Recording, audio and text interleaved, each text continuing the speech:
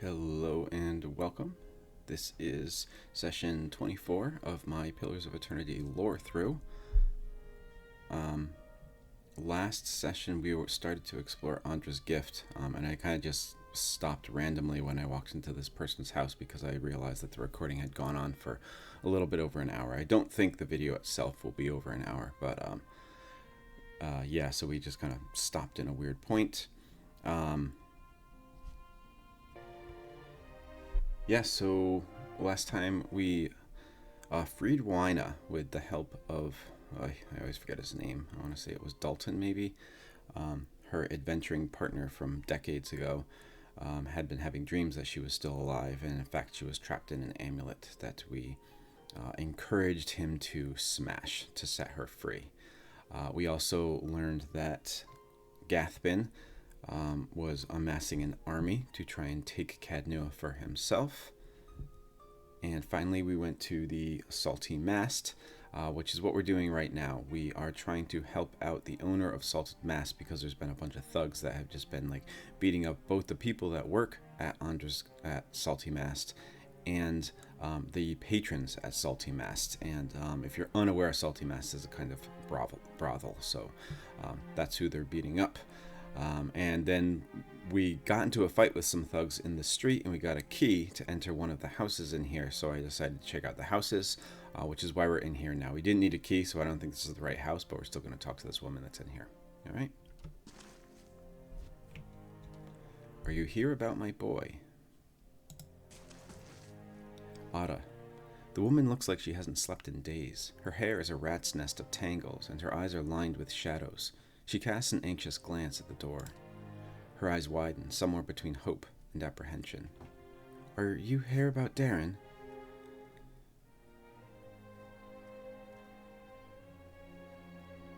I'm going to say, who? My boy, Darren. His father, Wade, took him on a fishing trip 2 days ago, and I haven't seen either of them since. The neighbors are no help, and the city watch hardly bothers with the gift these days. I'd be out in the docks and looking myself, but I can't leave the baby. Her eyes wander to a crib, and she lowers her voice. I don't dare take a hollowborn out, what with the violence near the brothel. You have a hollowborn, baby? The answer is etched plainly on her face. Widewind's legacy is as potent in Defiance Bay as anywhere. People are scared, and they're looking for someone to blame, whether it's those women at the brothel or the families of these poor babes. Might be nice if a god or two stepped in and set people straight, Adair says. But maybe that's just me. She sighs and watches the motionless cradle. Otto says, I don't approve of what's going on at Maya's place, but these attacks won't earn us the god's mercy, and it's only made it harder to earn a living.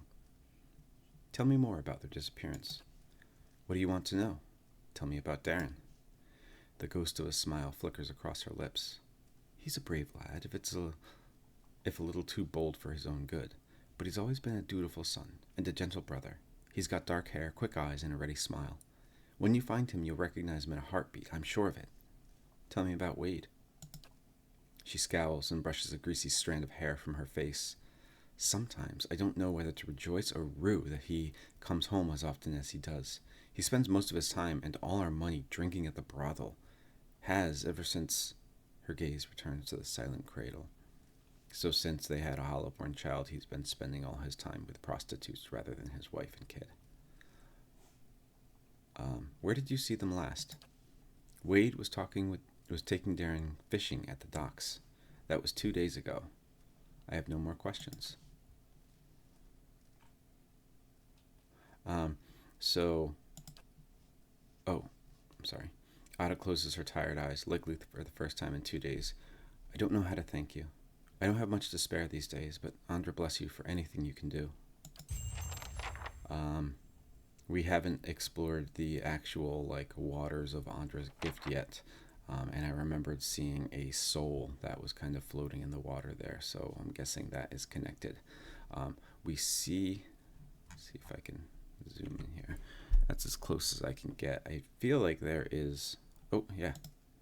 A quiet, motionless shape is swaddled beneath filthy rags and moth-eaten towels. So this is a hollowborn child that's in this little crib here.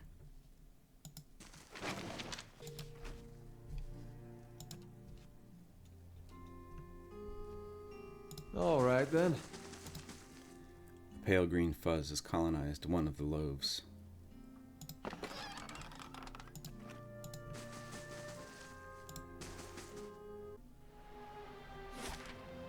Hey, you think we could get another dog? Keep this one company? Just a thought. A deer and his pets. Okay, so that's the Valiant Trading Company. There's a ramshackle house, abandoned house, Colfig's house, abandoned house, and that's to the first fire. So we have a bunch of abandoned houses. Let's check out the ramshackle house first.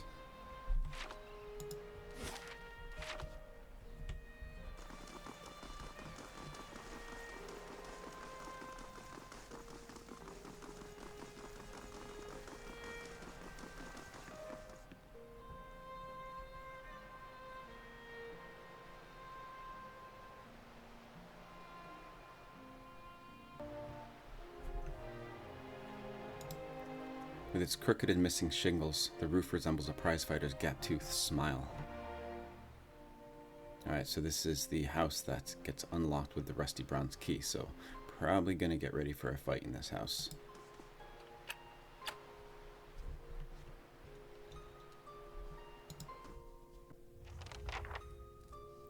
Deal with the instigator behind the attacks is our new quest update.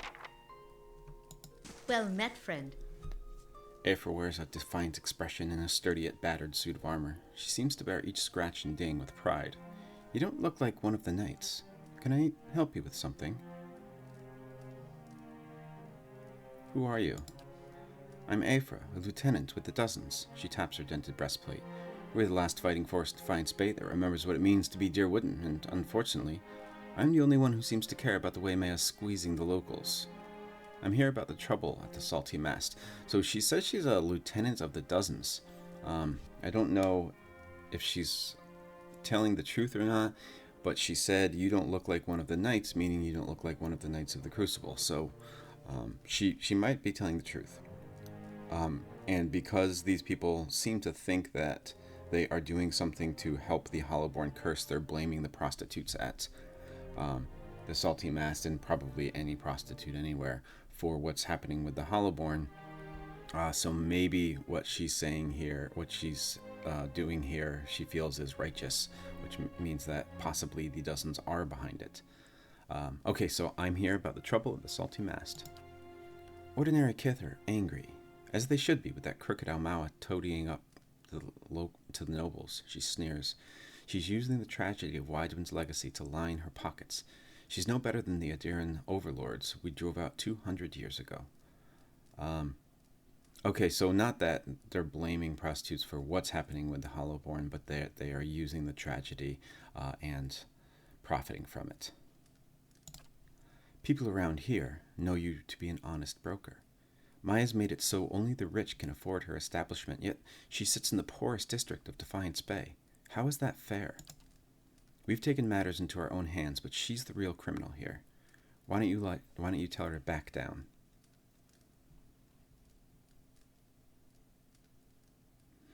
Okay. So, a couple things about these responses here. The first one says that's a good point. I'll see if I can get Maya to lower her prices. Pretty straightforward there. The last one, I'm with Maya, the violence has to stop. That one is, so you're just kind of like taking a side with those two choices. But then we have this option. We're locked out of the Resolve 16 option. But we have the option with an intellect of 15. Maya might be making a fortune, but her employees aren't. You're hurting them even more. And the reason I wanted to point this one out is because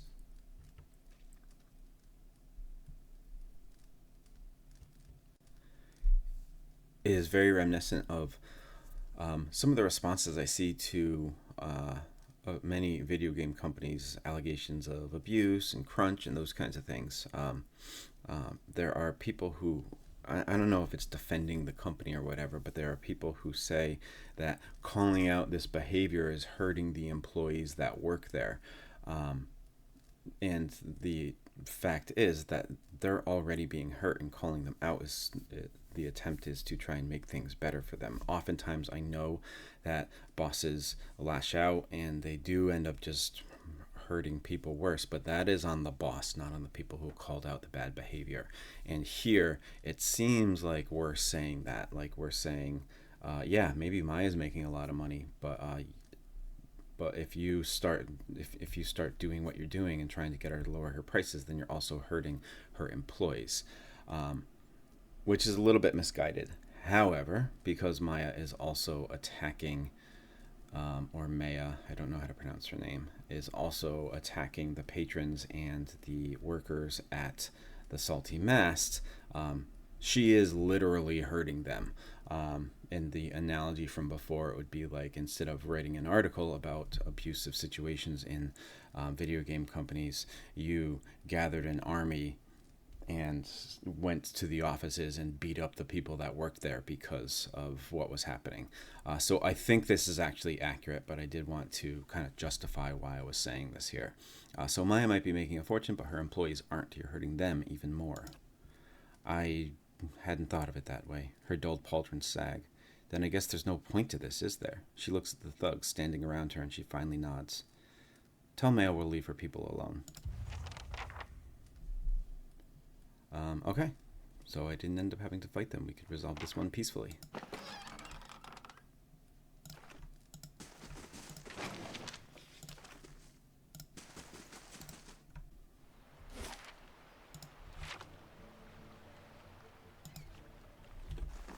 Thing is, too, I could kind of almost get behind Maya there, like see why they are running this place in this area, which is one of the poorest areas, and charging the prices that they do so only the nobles can visit them. I do understand that point of view. It would be nice if maybe the owner here at Salty Mast kind of took that into consideration. Oh, I thought that woman I was talking to was named Maya. Oops.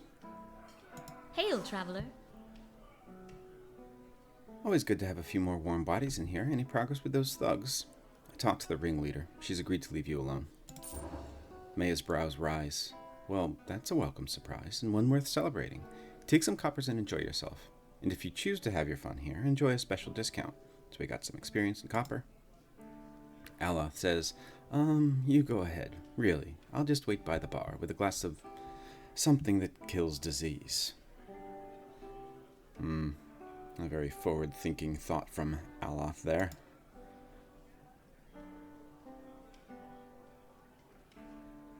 What's this? Any of your regulars interested in earning some coin? Aye, if only so they can spend it again. Oh, that's just the recruit. Okay. Okay, so we completed supply and demand. I wonder now... Wow, that's a lot of taxes that were lost to bandits. I wonder now if we can see Cyril for a little bit less.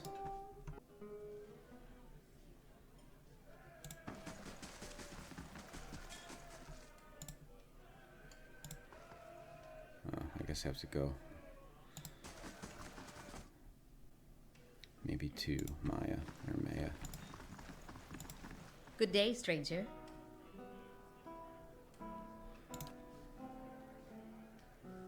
Yeah, so Sarah was 1,000, now she's 500.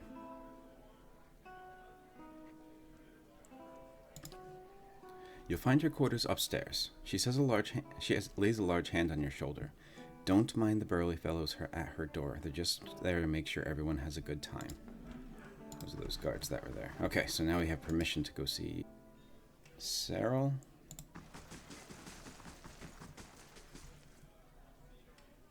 Oh, they've moved aside. Okay.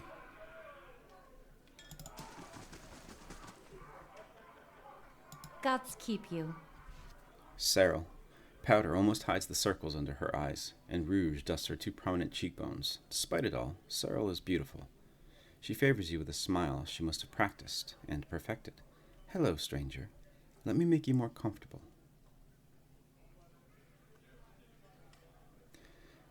So I'm going to say there's something I need to discuss with you.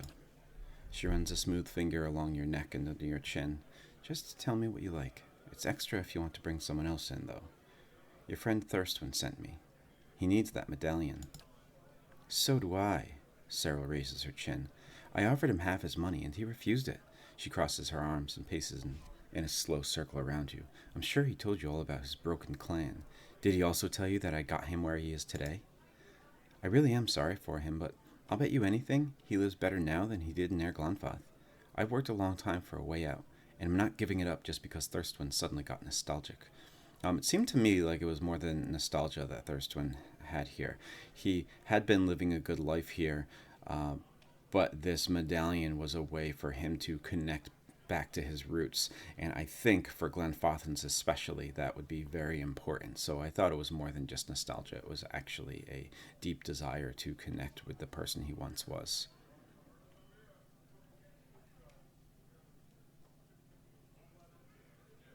I'm going to say I'll buy it from you. She laughs. It's worth 6,000 pounds. If you've got that kind of coin, I'll gladly help you spend it.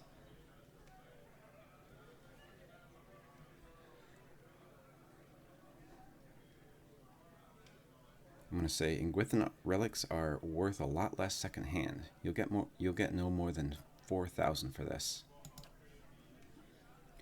Lines crease her brow. I suppose you're right. If you can afford that, it's yours.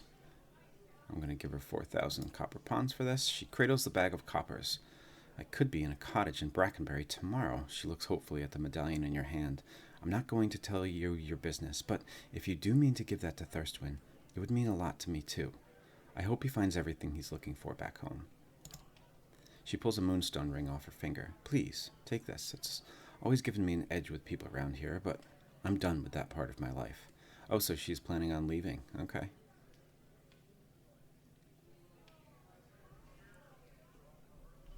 We got Cyril's ring added to our inventory. And then a short thing I wanted to say here. She doesn't seem to hold any grudge towards Thirstwind for this. They had a kind of deal here. They were robbing nobles, which is a-okay in my book, to live a little bit better lives than they had. So she still wants him to have a good life. So it wasn't like she wanted him. She was keeping this medallion from him, in like a, what's the word I'm looking for here?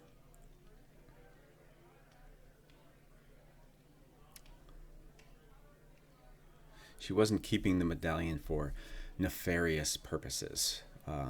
She wasn't trying to stick it to Thirstwind or anything like that. She just wanted the money that it could afford. And we actually see here when she gets some of that money that we bought it off of her, she plans to leave. She wants to start a new path on her life. So I feel like both of these people in this quest just are kind of people who life has hit hard and they were trying to do the best with what they had. So there's no like right and wrong right here. So I like these two people. Short quest, but I like these two people. Okay, just going to say farewell.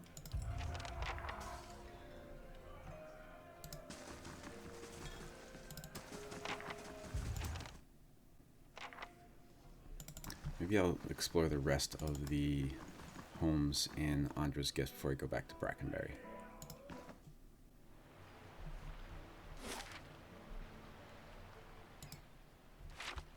Oh, that's the Valiant Trading Company.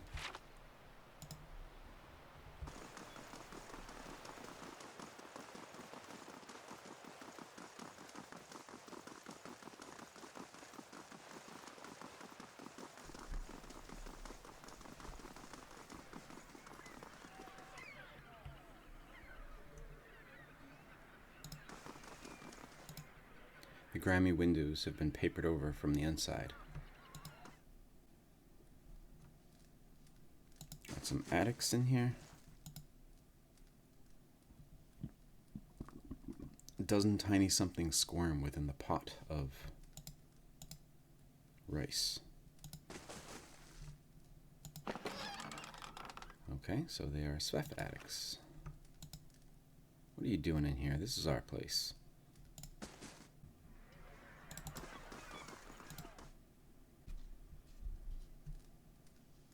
Says Kofeg. I'm going to look at that Adiran dialects. CG, I believe, was in there.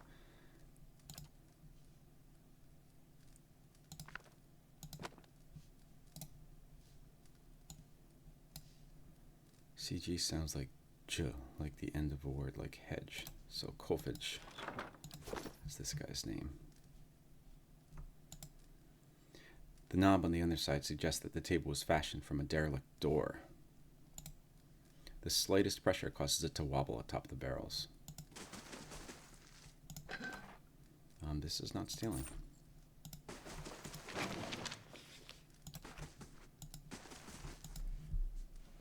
Kolfage, a young elvish man, squints at you in surprise. You can't just barge into someone's home like this. What do you think? Who do you think you are? Who are you? The elf who lives here. Now get out. What now? He looks at you nervously. Leave. Wonder if he's tied to some quest somewhere. And he, of course, is on your right. own for 5 years. I've had Ichimak. But you can't talk to him. My standards changed around year 2.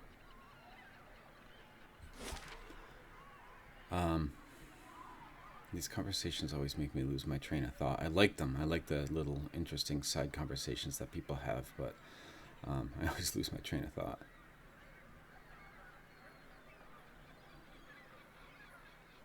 So what was I thinking? Oh, I was thinking that Kolfage is right. You shouldn't just barge into people's homes, as normal as that is for RPGs.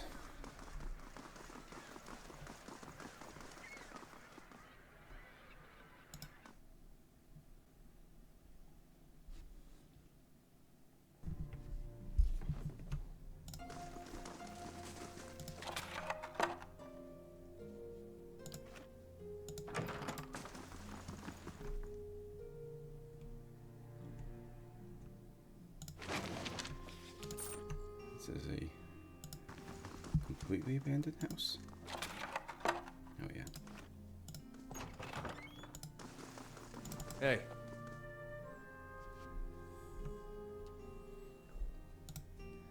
The rope coiled around the chair feels painfully scratchy. Of course. The water in the pail is murky with blood. Hammer and chisel. Okay, nothing here. In Jacoa, we have a memorial for the Saints' War. They say a Rawatai artillery master contributed to the Godhammer bomb. I wondered if... Of course.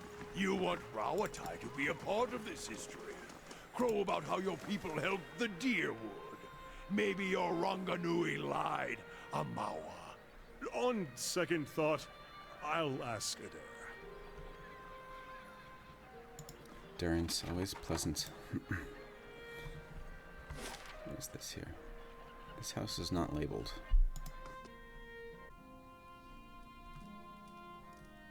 Oh, some gold-plated NPCs in here. For a long time, I thought that the gold-plated NPCs were actually dead and people walking the world, but they're not that, obviously, because we can steal from them. But I don't know why I thought that. I thought we were always seeing their death or something, but maybe it was just the death of a previous soul that happens when we talk to the gold-plated NPCs. The bed is as stiff as a plank. The worn, grimy blankets feel as if they'd come apart in the wash.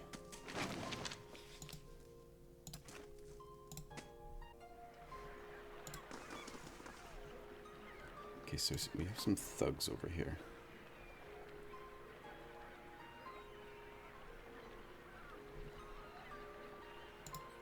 You don't usually grace me with your flattery, priest. What merits this attention? All Rawatai. Okay, I'm pausing here during this because the game glitched out. Durance first said, "So you will go to your king and what? Implore him to curb his violent impulses at the word of a heroic academic?" I think this is a continuation of the conversation that they were having before, where Kana was trying to see if Rawatai was involved in the making of the Godhammer bomb, and Durance took offense at him wanting to be part of the history. And Durance says, "So you'll go to your king and what? Implore him to curb his violent impulses at the word of a heroic academic?" And then it did chime in here. Kana did actually say out loud, "You don't usually grace me with your flattery, priest. What merits this attention?" And then I paused at the beginning of what Durance is saying here. All Rawatai's history is war. same as everyone. If only the world were led by soft-hearted giants who waste their muscles stroking their own quills. Oh, wouldn't that be grand? And another glitch here. Kana says, I'm content to remain a burr in your boots, but here, if you stand on the docks, you can single-handedly ensure that no one ever sails to the Deerwood ever again.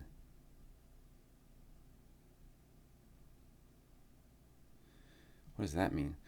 If you but stand on the docks, you can single-handedly ensure no one ever sails to the Deerwood again. Oh, maybe that means that Durance is so unpleasant that if he was the first thing they saw when they came to the docks, then nobody would ever want to visit the Deerwood. Yeah, I agree with you, Kana. If you but stand on the docks, you can single-handedly ensure no one ever sails to the Deerwood again. Okay, so it didn't glitch out the whole thing, just a little bit of it. Interesting. Okay, let's talk to this named thug here, Bragan. Shove off, we've got nothing to talk about. Okay. I think I've gone into all the houses. I haven't gone into this lighthouse yet, and I feel like this water is walkable. Let's see.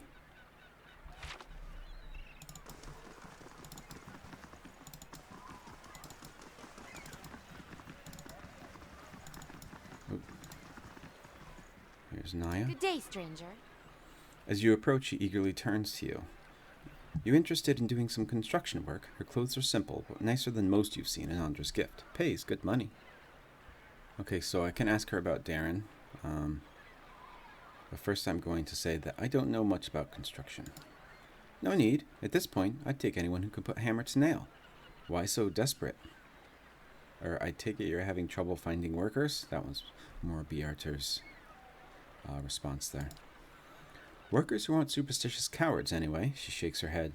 I offer good coin, but as soon as I tell them about the job, they say an oath to the Lady of Lament and spit over the dock. They all think the lighthouse is haunted ever since the floods of Ondra's gift. So the Lady of Lament, I believe, is Ondra. Echoes of the war. The flood certainly claimed enough souls to pack a lighthouse full to bursting. Ondra's gift was flooded. Back at the end of the War of Defiance, it was one of the finishing blows to the Adiran military. Cost us a lot, though. The whole district was supposed to be evacuated, but not everyone left in time. The Adirans put anyone they found to the sword. The lucky ones who escaped the slaughter drowned hours later when Hadri's forces broke the dams. We're going to learn a little bit more about that when we learn about the rebellion of Admeth Hadrit and when we finally are able to read the Deerwooden histories. Locals say the lighthouse keeper was one of the people who stayed behind and one of the last to die. She shrugs. I don't know why that makes the lighthouse any more haunted than the rest of the gift, but there you have it. Have you gone inside? Who, me? She laughs nervously. Not exactly. See, my health is rather delicate, and all that dust? She sighs. All right. When I saw two Almawa deckhands running as fast as they could down the pier, I lost my nerve too. I could take a look. Good. About time someone put an end to this foolishness. She rummages in her pocket and pulls out a skeleton key. As she hands it to you, she hesitates. Just be careful. Not that I believe the ghost stories, but it is an old building, so watch your step. I have some questions. Do you know what might be inside the lighthouse? If only, Naya shrugs. It's been uninhabited since they flooded Ondra's gift. What are you building? An inn. Allegedly. She brushes a single loose strand of her bun behind her ear. The gift needs a spot with a little more class than the Salty Mast. This district has been in the dumps since the War of Defiance. It seemed ready for some fresh development, so imagine my excitement when I find this place, 3 floors tall and right on the water, for sale at a reasonable price.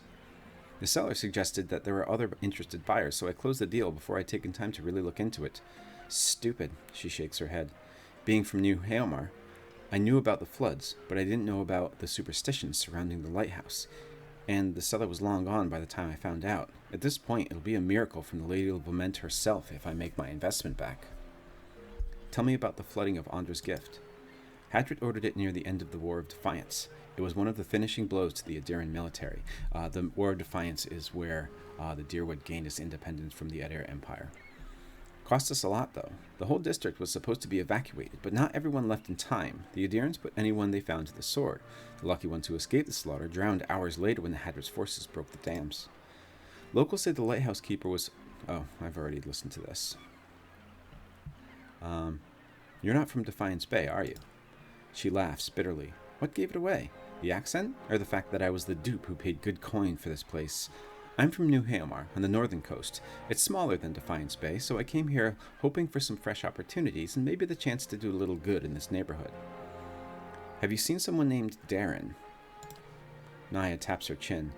The name doesn't ring a bell. If you find him, ask if he's interested in doing some construction. Okay. So we got a new quest to explore this lighthouse up here, which is actually... A touch of Margaren's fire should settle spirits here. It's actually where I was kind of headed, so...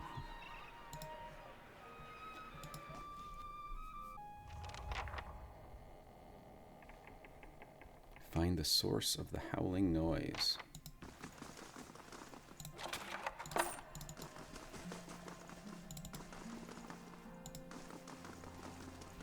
A simple test. That's settled.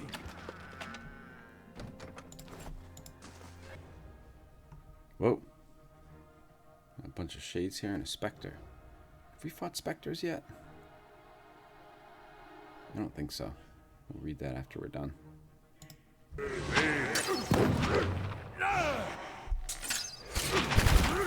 wonder if that was a trap.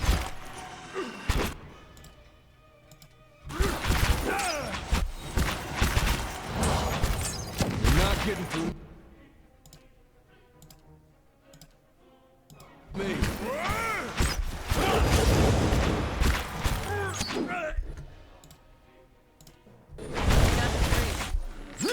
That's not very helpful.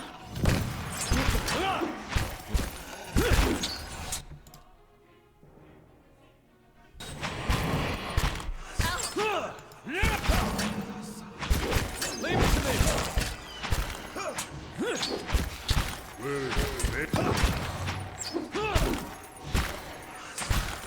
Putting us down! Backbone.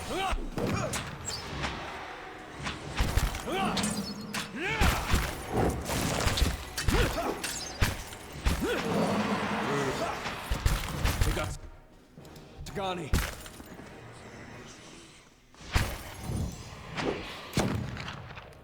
Take this specter here. You're not getting through me. This is kind of frustrating how in these areas where there's kind of I forget what it's called, where everything kind of converges on a point. That my characters don't understand how to reach some of the monsters to fight them. Leave it.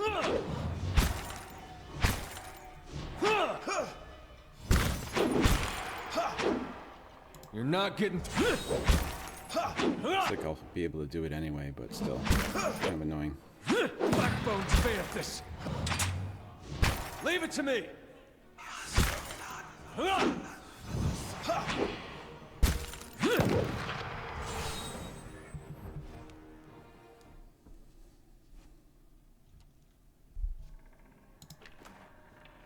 bunch of spirit residue.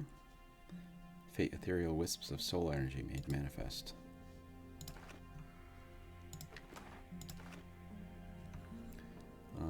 Yeah, gonna take a rest after that one. Or not.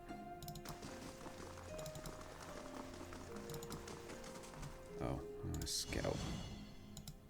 I'll take a look. A patina of filth and dead barnacles reaches almost to the ceiling. The glass is completely opaque with grime and salt.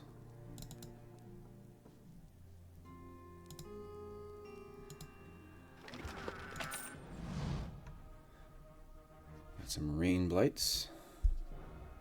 Oh, that's right, I didn't read Spectre.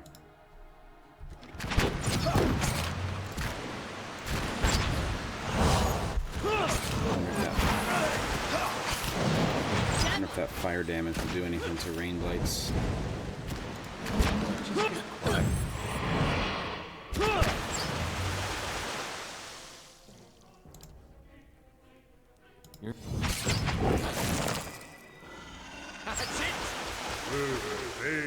On I was gonna say that was either than the last one, but Durrance actually died there. I didn't even notice that. Got some primal water. This water is pure and clear and seems to be perpetually in motion even when the vessel that carries it is at rest. Of course. The burlap sacks have all but rotted away. The wood of these barrels and crates is swollen and warped as if by water. Okay, so we cleared the first floor. I'm gonna go get a room at the Salty Mast. Maybe on the way there, see if there's a way down into this water. I think there is, but I might be mistaken. I might be remembering something wrong. Marceno. The captain won't be happy to hear about this. This young lanky sailor is wringing his cap anxiously, sweat beading on his furrowed brow. His eyes widen as you approach, and he takes a few steps forward. Good day to you. If you've a moment, you're not from around here, right? You don't look like you're from the docks. He looks around nervously. I could use your help. What's the problem? Oh, thank you. They weren't lying, saying you're a kind-hearted sort. He runs a hand through his hair nervously. It's the captain. Or rather, not the captain himself, but his chest. Or his sea chest. He keeps all his valuables in there, tucked away safe. I was unloading it with the rest of the things. What with us staying in port a couple days and... He coughs. I may have gotten a little distracted. Marceno nods towards the building nearby. I wasn't gone long, just an hour at the Salty Mast. When I got back, the chest was gone. He sets a pleading look on you. It really hasn't been that long. Whoever took it can't be too far. But the shift's changed, and I'm on watch. I can't sneak off to look for it, and the captain will kill me if he hears of it. I'll get strung up on the yardarm. Please, if you could get it back for me, I swear by the flame I'll make it worth your while. You can have my pay. I won't be spending it if Captain Fortinero finds out anyway. Any idea where the thieves might have taken the chest? Well, the chest itself is pretty heavy. Nobody I've asked is seen getting carried around either. I figured they must have snuck it off somewhere nearby, just out of sight. They can't have gone far. There's a pretty good lock on it too, so I'm hoping they haven't got it open. Unless they have an axe to it. They take an axe to it, I suppose. Oh, gods. He takes a breath. If they've got it open, I really am done for. Any chance you've seen a little boy named Darren? Huh? Oh, sure. He wanted to play on the ship, but I couldn't let him. Fortunero's very strict about that sort of thing. I had to shoo him off. Felt a bit bad about it. So I'm heading towards the Salty Mast. Not really somewhere he ought to be playing. Hope you find him.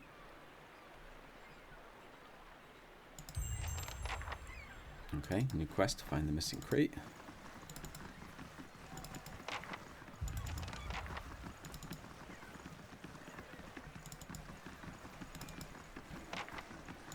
During the War of Defiance, best to heed the astrologers, I find, where tides are concerned. Place gets my blood beating in all the right places.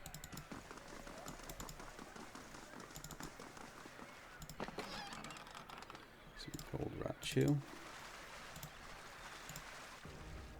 Oop. We have an animat. I keep forgetting to read the specters, so we'll need to read the specters and the animats after this. This isn't working!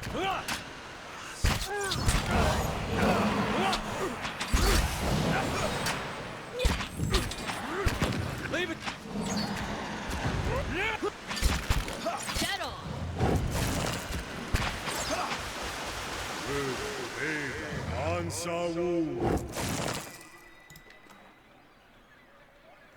Ingwithan's shield. Ingwithans are legendary for their architecture and magical abilities, but their metalcraft leaves much to be desired. This bronze shield is beautiful, but heavy and slow. Binding copper.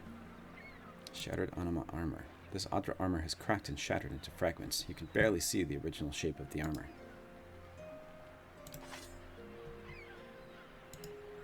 Muscles cling to the bricks and planks, their shells sharp enough to cut flesh.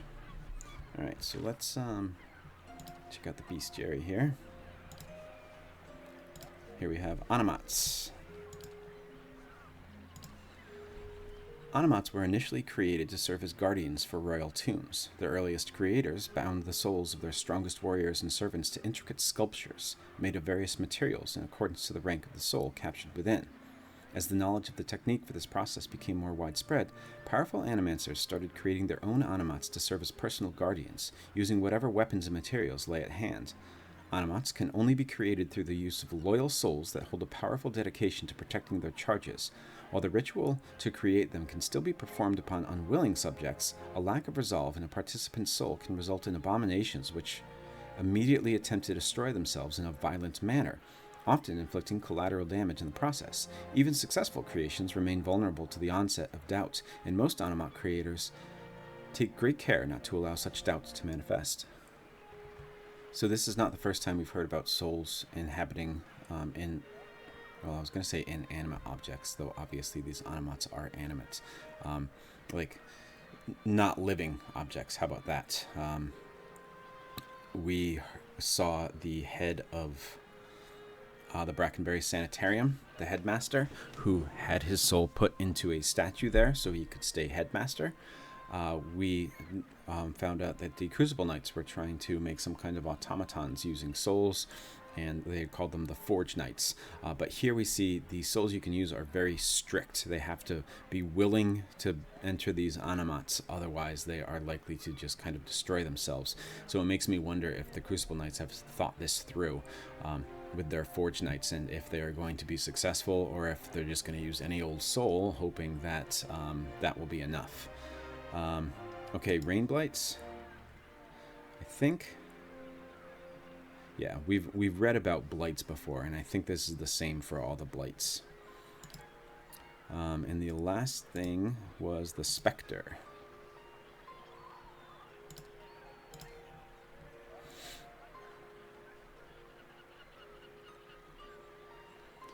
This is the entry for Phantoms.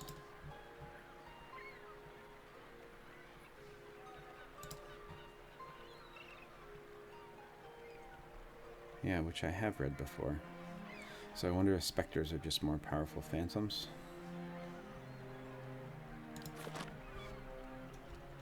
It could be it. Of course. Gwithin's Scepter Shaft. This broken shaft looks like part of a scepter. Inscribed runes invoke the channel of the wielder's essence. I wonder if that's something that's needed for a quest or something.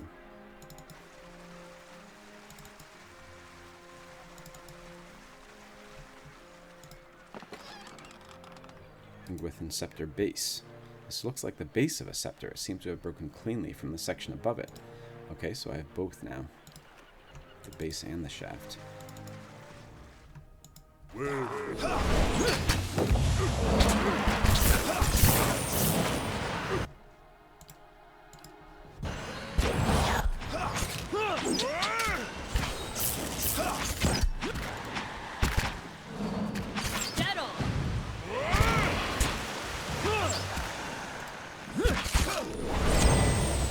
This isn't working. Roll Act 10. Thanks, Kana. Summoning skeletons after the fight's already over. Of course. So there's a lot of blights and animats down here. The blights, probably because of the water, but the animats, I'm guessing, because of this row of Ondra that is surrounding the docks here. So again, I think Ondra, I think maybe I'll start next session by reading about Ondra, because we've seen it quite a few times before, so I think it's time to actually go into what that is and why it's so important. But first we found another scepter piece. This looks like the top portion of a scepter. There's a short spiraled spike at one end for attaching the finial? The finial.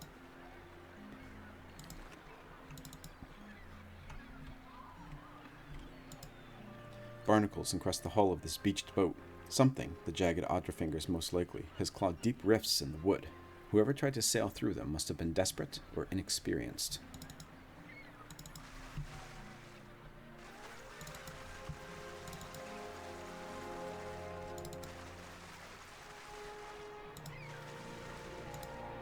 Mud squelches underfoot. Crabs scuttle out of the debris.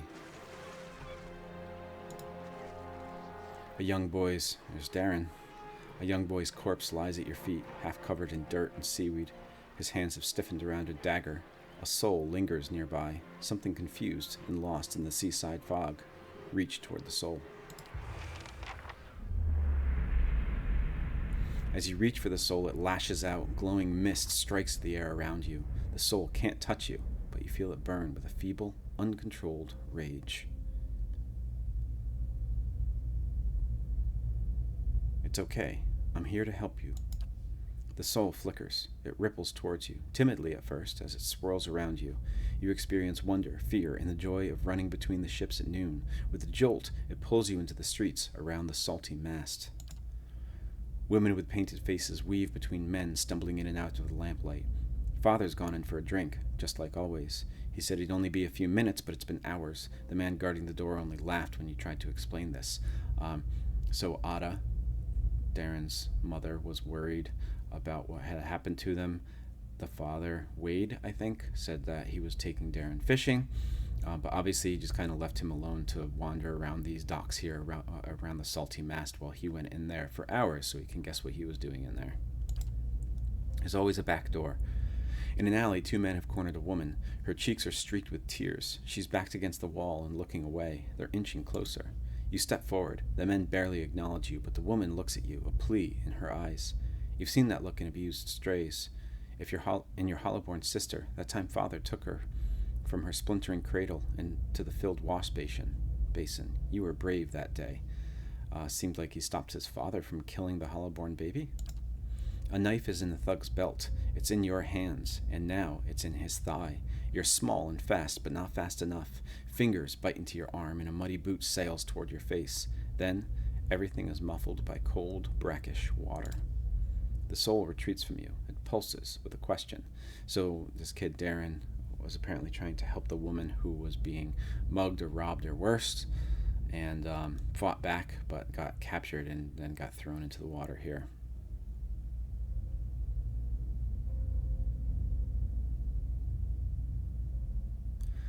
You did a brave thing. The gods will reward you in the next life.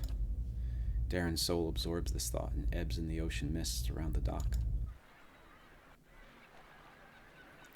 A young boy's corpse lies at your feet, half covered in dirt and seaweed. His hands have stiffened around a dagger. A soul lingers nearby, something confused and lost in the seaside fog. Take the dagger. The boy's small hands are rigid in death, but you pry the dagger free.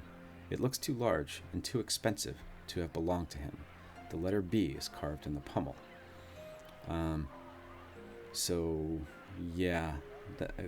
remember this dagger was one of the people who killed him. And I think that thug over on the left-hand side of the map was also name started with a B, so I'm going to guess that's his. But where is the father?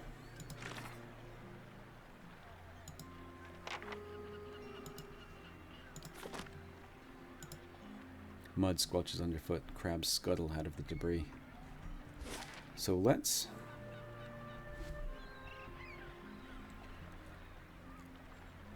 first head over to the thugs that I think were right about here.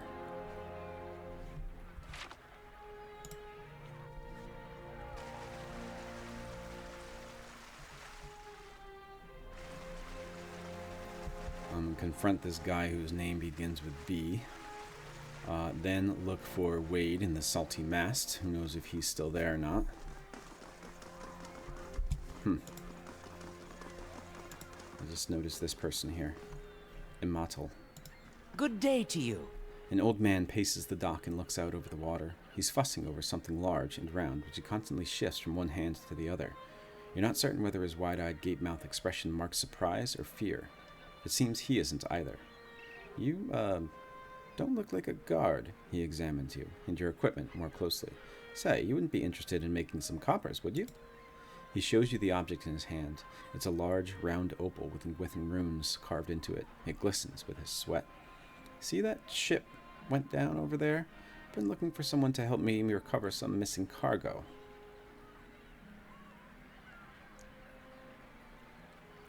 Tell me more about this missing cargo. He licks his lips.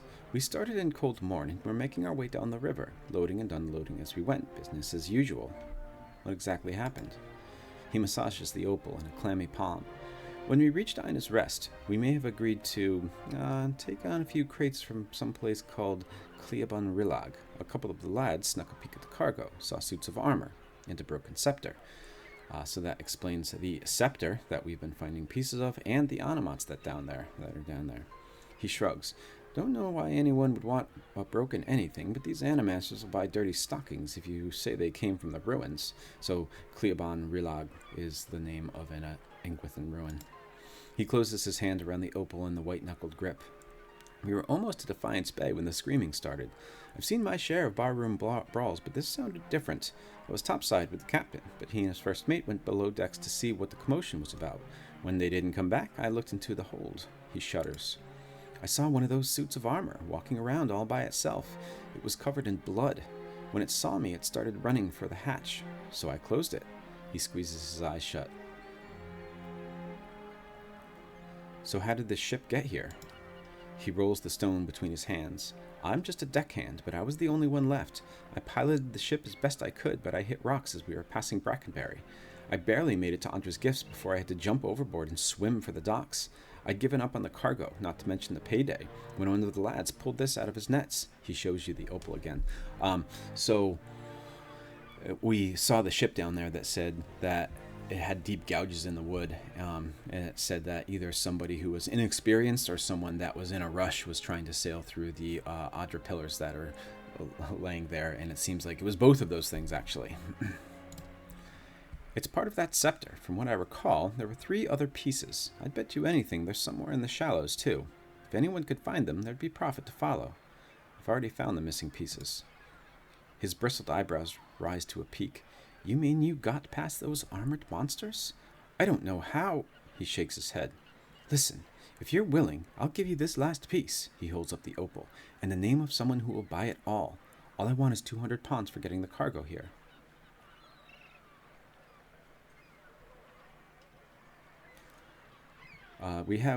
You want 200 pounds for locking the... I don't think we've actually learned that. That was probably something we could have asked him.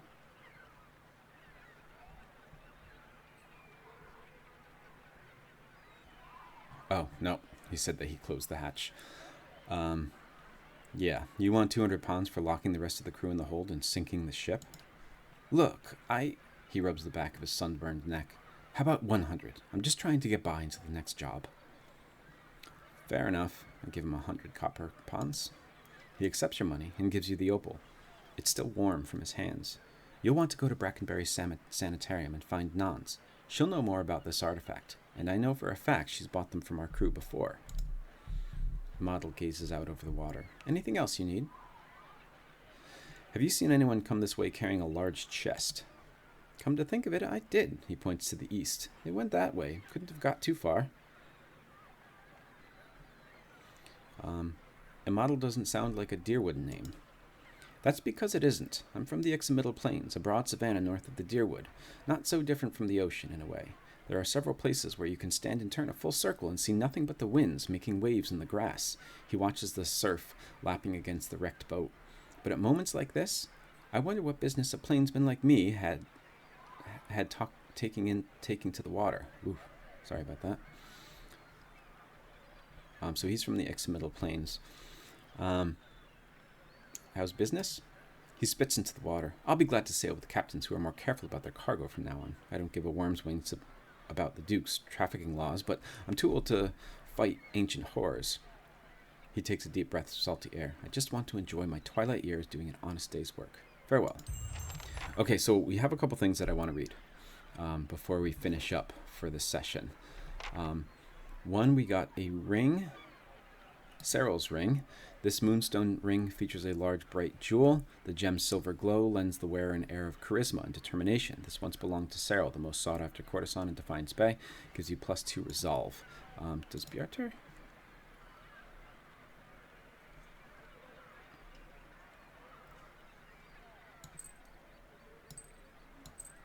I'm going to give him the resolve.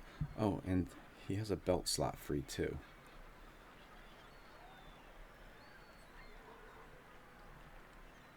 Okay. But I also just got all the pieces. I got the opal for the scepter, so I wanted to read that as well. Is this it? Yes. Ingwithan runes have been engraved on the surface of a polished opal. It looks like a scepter finial. So we have all 4 pieces now, and we have to go to Nuns and Brackenbury Sanitarium to put it back together. Okay.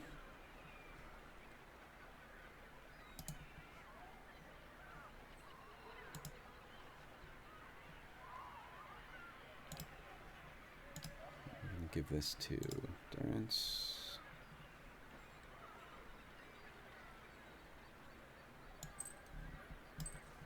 Okay. Okay, so that I think is going to be where we have to stop. We still have a few quests hanging in the air.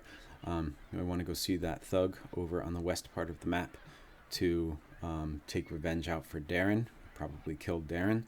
I want to go to the Salty Mast to see if Wade is in there. Maybe he ran away or something. Who knows? I want to also head over to the east because someone carrying that chest was over there, and then we need to inform Ada about her son and what happened to him. And we also want to visit Brackenbury to put together that scepter, but that I think can wait. I also think at the beginning of next session I would really like to examine a map of the Deerwood. I'm going to try and figure out how I can show that in one of these videos so we can go over it, because we've been hearing about a lot of places. I think it would be useful to kind of go over where all these places are. We just heard from a model who's from the X-Metal Plains. And we've been talking about other places as well, so I think it would be a good idea to look at a map. And I also want to finally read a little bit about Ondra, its importance and what it can do, because it is quite the amazing material, and we've had a lot of experience with them. We've seen a lot of it, especially in Defiance Bay. There seems to be kind of like a reef of Ondra that surrounds it. So, but that will be it for today. So I hope you join me next time for the map and for Ondra and for finishing up a few of these quests. Thank you so much for watching. As always, love to hear from you. About any suggestions, any questions that you have, those kinds of things, comments and likes and all that stuff. Thank you once again for watching, and we will see you in the next one. Bye.